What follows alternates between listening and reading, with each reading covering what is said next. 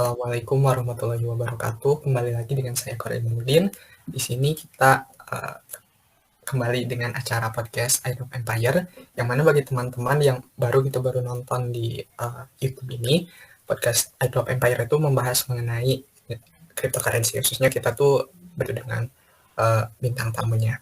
Nah, kebetulan sekarang tuh ada special guest juga. Ini ada Bang Nur Muhammad Lutfi. Nah, untuk bintang tamu nggak kalau misalkan mau berkenalan. Oke, thank you. Thanks for atas kenalnya. Halo teman-teman, nama aku Lutfi. Senang bisa hadir di sini buat ngomongin kripto buat story. Oke, baik Bang. Nah, ini Bang, setiap orang itu kan yang main kripto pasti ada titik awal gitu, di mana tuh tiba-tiba dia tuh bisa kenal gitu. Nggak tiba-tiba juga sih, atau disengaja juga gitu bisa kenal. Nah, kalau misalkan saya itu kan awalnya kayak main cloud mining gitu, terus airdrop, ya tiba-tiba jadi belajar lagi gitu, jadi kenal trading, terus kenal testnet juga gitu. Nah, kalau misalkan Abang pertama kali tahu atau dengar kripto tuh dari mana gitu, hingga sampai kini? Oh, oke.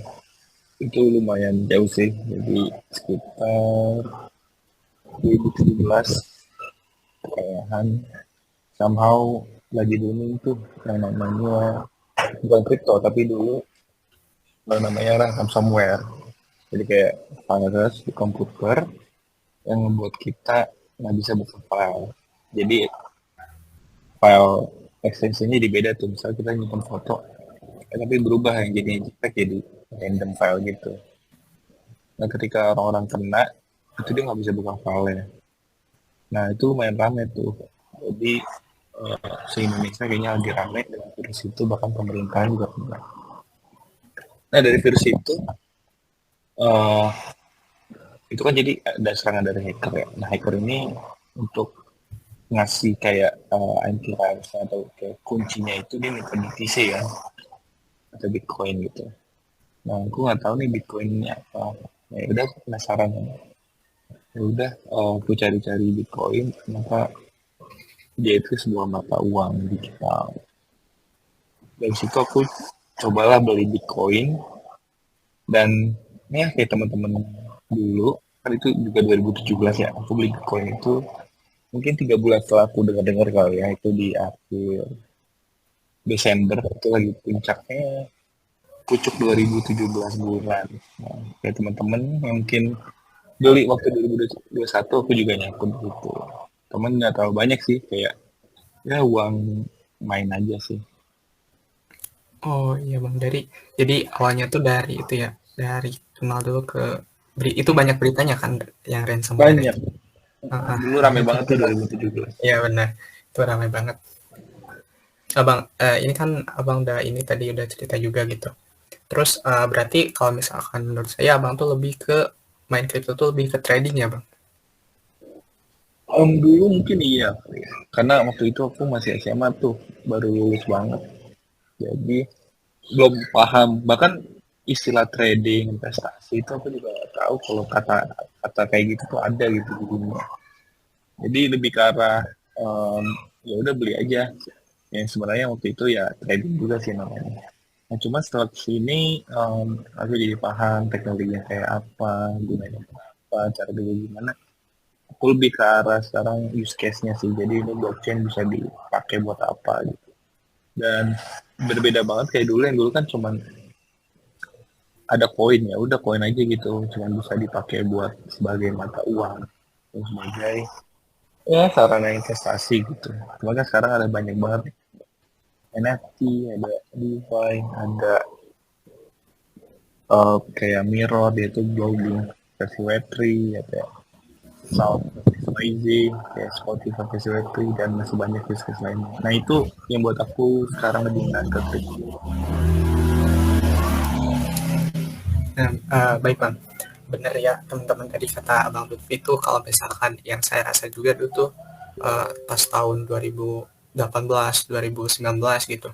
Itu mungkin yang muncul tuh lebih ke token-token teman-teman. Jadi nggak kayak sekarang gitu. Kalau sekarang kan banyak banyak banget itu, ada yang blockchain-nya itu udah mulai berkembang itu dari layer one, layer two, terus use case-nya juga sudah banyak ya Bang itu blockchain sekarang.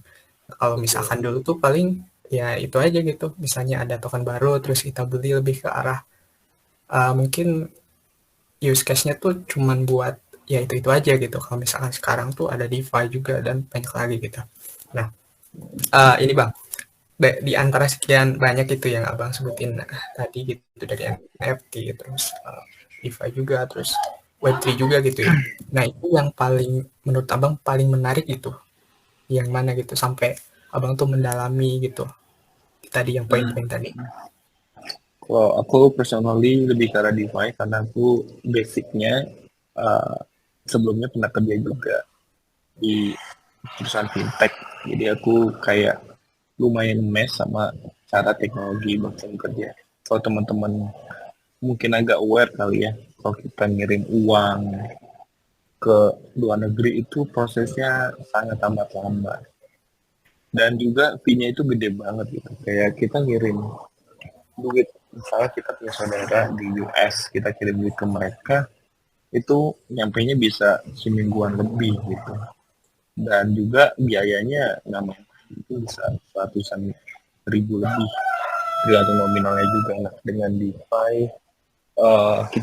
kita bisa ngirim duit ke sana, terus juga kita bisa melakukan cross transaction secara global. Karena kalau dulu kita mau transaksi secara global pakai PayPal, dan PayPal tuh lumayan ribet, dan juga nggak semua orang bisa akses PayPal karena dia lumayan rigid security. Cuman kalau kita di crypto, kita bisa hanya sebatas open wallet aja, dan yang kita butuhkan cuma internet dan handphone atau laptop gitu. Dan nggak perlu spek tinggi-tinggi kayak handphone low end atau mid end juga udah bisa download wallet kayak gitu. Nah, bener ya teman-teman. Jadi kalau misalkan kita punya keluarga misalkan di luar negeri gitu, terus mau ngirim uang itu kerasa banget gitu. Fee-nya itu mahal gitu. Sedangkan kalau misalkan kita pakai kripto, tuh ya kita kayak transaksi biasa aja gitu kripto tuh. Walaupun kita jaraknya tuh beda, fee-nya itu tetap aja gitu sama aja. Next, Oh ya, aku boleh ini nambahin ya satu lagi. ya yang Yang paling benar-benar. berasa antara kripto dan pasar modal, nah itu ada di waktunya. Kalau pasar modal, enaknya adalah terbatas waktu kita melakukan trading atau investasi. Di pasar modal tuh ada waktu jam buka, jam penutupan, dan jam istirahat. Nah itu lumayan nggak enak sih, karena teman-teman wajib atau bisa tradingnya tuh di jam kayak jam 9 sampai jam 11, terus jam 1 sampai jam 3 atau jam 5 kalau nggak salah. Nah kalau kripto dia 24 jam, dan teman-teman mau dimanapun bisa gitu, mau tengah malam, mau jam pagi-pagi buta, subuh-subuh, teman-teman bisa melakukan trading atau investasi, dan sehingga lebih fleksibel sih. Nah, itu salah satunya ya teman-teman. Nah, ini Bang, kalau misalkan di DeFi itu kan sekarang udah banyak banget gitu. Malahan saya juga makin itu rasanya makin pusing gitu. Soalnya tiap hari hampir ada fitur baru gitu. Nah, kalau misalkan DeFi itu kan banyak ya Bang. Kira-kira Abang tuh kemana gitu arahnya? Apakah ke uh, ininya, aplikasinya misalnya ke Kompon atau misalkan kemana Bang? Oh, aplikasi ya. Kalau aplikasi aku lebih ke arah, sekarang lebih condong ke ekosistemnya Cosmos sih. Lagi into banget ke namanya Osmosis. Jadi dia itu blockchain, tapi dia fokus ke DeFi. Kurang lebih kayak Terra Luna dulu tuh yang pernah jebol, dia kan benar-benar khusus ini ya. Namanya Terra Finance disebutannya. Jadi aplikasi DeFi karena dia kan punya stablecoin bawaannya. Jadi buat bikin ekosistem DeFi-nya bagus banget. Nah, Osmosis eh, kurang lebih sama, cuman ada sedikit perbedaan yang dimana dia tidak punya stablecoin. Karena kan waktu 2022 ya kita tahu lah teman-teman semua kalau sekarang kan hancur, stablecoinnya hancur.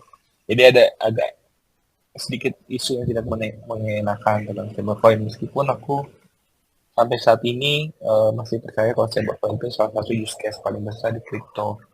Kenapa? Karena dari market cap-nya aja dia termasuk dua terbesar setelah market cap dari L1. L1 itu layer 1 platform blockchain kayak Bitcoin, Ethereum, Solana, dan lain-lain. Nah, yang menarik dari Osmosis, kalau menurut aku sekarang, dia kan karena blockchain khusus DeFi, Jadi aplikasinya spesifik banget tuh khusus DeFi. Jadi eh, teman-teman bisa buat yang lain, misalnya mau buat NFT di Osmosis, cuman dia perlu namanya persetujuan. Jadi kurang lebih kayak kalau teman-teman developer gitu ya, developer di mobile, kan kalau teman-teman mau upload aplikasi, dia ada persetujuannya dari Google Play Store atau App Store. Nah kurang lebih di Osmosis dia kayak gitu. Jadi aplikasinya tuh benar-benar yang udah dikurasi, yang udah dilihat, udah dicek gitu ya, udah diaudit oleh teman-teman komunitas dan tim Osmosis itu sendiri. Sehingga aplikasinya bakal lebih aman. Oke Bang, siap. Nah itu ya, bagi kalian gitu bisa menjadi salah satu mungkin resource juga gitu kalau misalkan teman-teman di sini mau main DeFi gitu bisa ke Osmosis gitu. Dan satu lagi, Osmosis itu kan itu Osmos ekosistem ya Bang, Osmosis itu tadi juga. Betul. Nah itu, saya juga tertarik gitu dengan Cosmos terus Atom karena mereka tuh punya ini, jadi kayak blockchain blockchain yang dibangun di Osmos ekosistem tuh bisa tersambung gitu. Misalnya injektif terus sama uh, tadi sama osmosis tuh bisa terhubung teman-teman. Nah, Bang tadi menarik tuh mengenai yang Luna itu Bang. Itu kira-kira kan saya juga punya teman gitu. Dia tuh loss hampir 65 juta gitu di Luna dan itu kayak nyesek banget gitu soalnya tiba-tiba pas misalnya 2 hari yang lalu tuh nggak apa-apa gitu ya maksudnya biasa aja gitu ya normal gitu stabil terus pas bangun pagi gitu tuh udah kacau banget gitu udah turun banget. Uh, Waktu itu abang ini nggak maksudnya sempat nge-hold Duna juga. Iya, aku lumayan banyak dan bisa ngerasain kesedihan teman Mas Kori. Nah itu saya itu asli mas itu kaget banget gitu kok bisa gitu itu kan kalau nggak salah dulu tuh keempat ya di coin market cap tuh koin keempat seharusnya tuh ya seenggaknya nggak sampai situ gitu dan itu malah kejadian itu. Ini mas kalau misalkan saya tanya gitu waktu itu kira-kira lossnya itu di Luna sampai berapa gitu. Nah, lumayan sih, kan ratusan lah ya. Itu ratusan juta. Wow. Ya, aku lumayan banyak sih nongol ekosistem Luna dan Luna. Jadi aku benar-benar terkonsentrasi asetnya di situ. Oh ya berarti dulu itu abang di Luna ya lebih ininya lebih kayak kesininya itu di Luna gitu fokusnya itu. Jadi betul. Jadi aku tahu Luna tuh sebenarnya di bulan Juni atau Juli. Waktu itu kan habis hancur tuh market gara-gara Elon. Apa namanya nggak jadi apa namanya lupa aku pokoknya Mei 2021 kan jatuh ya Bitcoin yang dari 60 ribuan jadi 30 ribuan karena kalau nggak salah Elon dia ngejual Bitcoin yang ada di Tesla gitu kan sama China ngeban mining. Nah itu banyak tuh aset yang hancur. Nah aku selalu melihat pola kalau setiap kali turun gini bakal ada perubahan posisi di top 100 sampai top 10. Nah, aku nyari lah koin apa nih yang bagusnya atau aset apa yang bagusnya.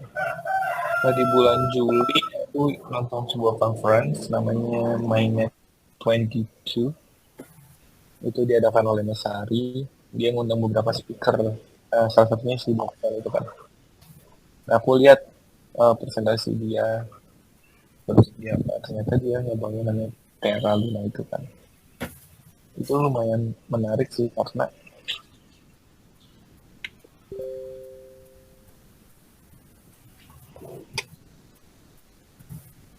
itu lumayan menarik karena waktu dia presentasi Terra Luna tuh masih apa ya bisa dibilang ekosistemnya itu sedikit kayak cuman ada 2 project gitu ada Mirror Protocol sama Anchor Protocol. Nah tapi TVL itu gede banget kan. Bener bang itu. Waktu itu berapa ya aku agak lupa tuh termasuk besar lah TVL-nya Iya padahal kok. cuma 2 project gitu. Nah iya itu. Nah di situ aku cari tahu lebih lanjut lah ternyata dia itu sebuah blockchain tapi punya stablecoin sendiri dan fokus di DeFi. Nah, ini proyeknya menarik banget ya. Aku riset lebih lanjut, aku dengar podcast orang-orang yang interview dia, proyeknya apa. Ya udah, setelah riset aku beli waktu itu mungkin di harga nggak nyampe $10 kali ya.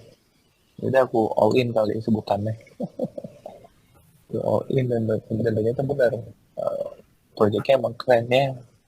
Walaupun di akhir uh, dia aja juga karena kan emang sistem dari stablecoinnya dia kan algoritmik ya. Jadi ada kemungkinan dia bakal dead spiral. Ya walaupun aku juga nggak nyangka sih dead spiral itu waktu dia lagi di top 4. Meskipun begitu banyak orang yang bilang kayak Terra Luna itu fraud, penipuan. Menurutku enggak sih, dia itu lebih ke arah project yang gagal aja, kayak startup yang gagal gitu. Karena kan di Anchor Protocol dia kan ngasih subsidi gitu ya, ngasih subsidi USD buat orang-orang yang masukin duitnya di situ. Nah itu diibaratkan dengan bakar-bakar duit sih, yang dilakukan oleh sebuah perusahaan yang sedang menjadi traksi user kayak gitu. Oke Bang, baik. Jadi ini dia teman-teman yang menarik tuh dari Bang Lutfi itu kalau misalkan kita research itu kita bisa contoh gitu Bang Lutfi, kita lihat-lihat juga gitu podcastnya, terus nyari banyak sumber juga gitu, jangan cuma satu sumber aja.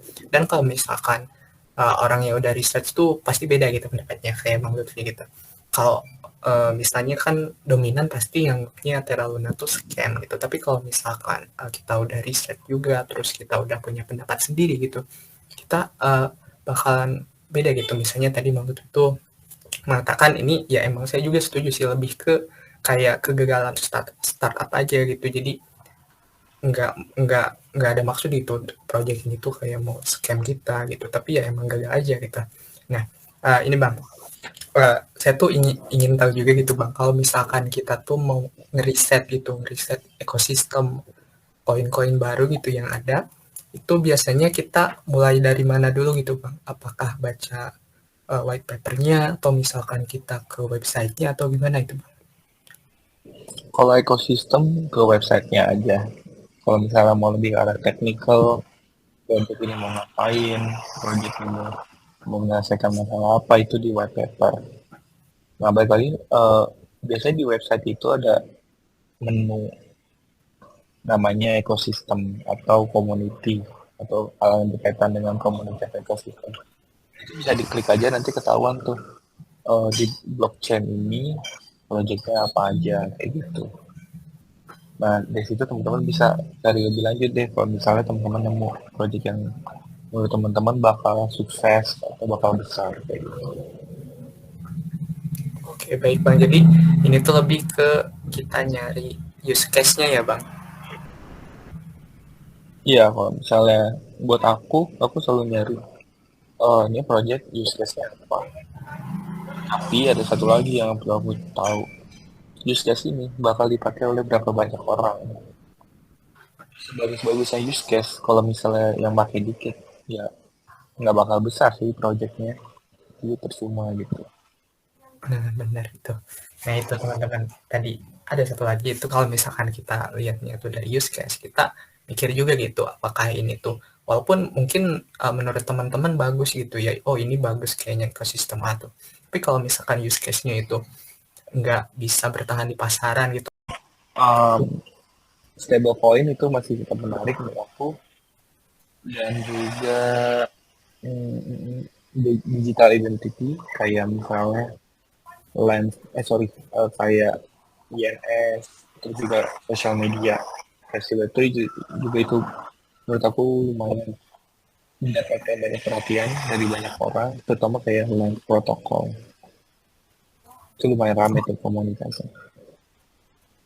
nah iya teman-teman, jadi kalau misalkan kita sekarang tuh mau nyemplung gitu ya di dunia cryptocurrency terus Web3 itu sekarang lagi banyak-banyaknya gitu, lagi banyak yang berkembang kayak misalnya sekarang ada sosial media juga, terus digital identity itu lebih jelas gitu use case-nya dibandingkan dengan tahun-tahun misalnya 2017, 2018 tuh kita masih mungkin agak buram gitu use case-nya ini di mana sih kita. Nah ini Bang, kalau Betul. misalkan ini kan berarti waktu itu Abang pernah ya itu hampir mungkin loss ratusan juta gitu. Itu cara bangkitnya gimana gitu kan banyak juga gitu teman-teman di sini yang mungkin trading terus loss terus mereka kayak udah langsung patah semangat aja gitu Bang. Sedangkan kalau misalkan saya lihat ya dari Bang Lutfi ini tuh udah misalnya kayak udah loss gitu terus bisa bangkit lagi gitu. Nah itu formulanya gimana tuh? Formula yang pertama yang namanya pasti menyakitkan sih. Aku juga bingung tuh 2 hari ngeliatin chart stablecoin yang harusnya lurus-lurus tiba-tiba naik turun, dan naik turunnya tuh jauh banget gitu. Dari aku, caranya yang pertama yang jelas siapkan modal dana darurat dulu. Jadi dana darurat apa ini bakal dipakai gitu, sehingga kalau misalnya terjadi loss-loss kayak gitu kita masih bisa makan minum kayak gitu gitu. Terus pastikan sebelum melakukan sesuatu teman-teman ngobrol gitu ya sama diri teman-teman sendiri, kalau misalnya kalau gue naruh di segini dan bisa hilang, uh, hidup gue gimana, gue bakal nerima itu nggak ya. Nah kalau teman-teman yang ragu mungkin bisa kau kurangin lah nominalnya gitu. Kalau misalnya teman-teman percaya diri silakan. Nah itu 2 hal yang aku pastiin sih ketika aku mau berinvestasi. Yang pertama aku udah ada dana darurat, yang kedua aku ikhlas kalau misalnya investasi ini tidak terbayarkan gitu. Karena kalau teman-teman nggak ikhlas, wah itu jelas di bawahnya dan bisa-bisa mungkin depresi dan sakit dan sebagainya.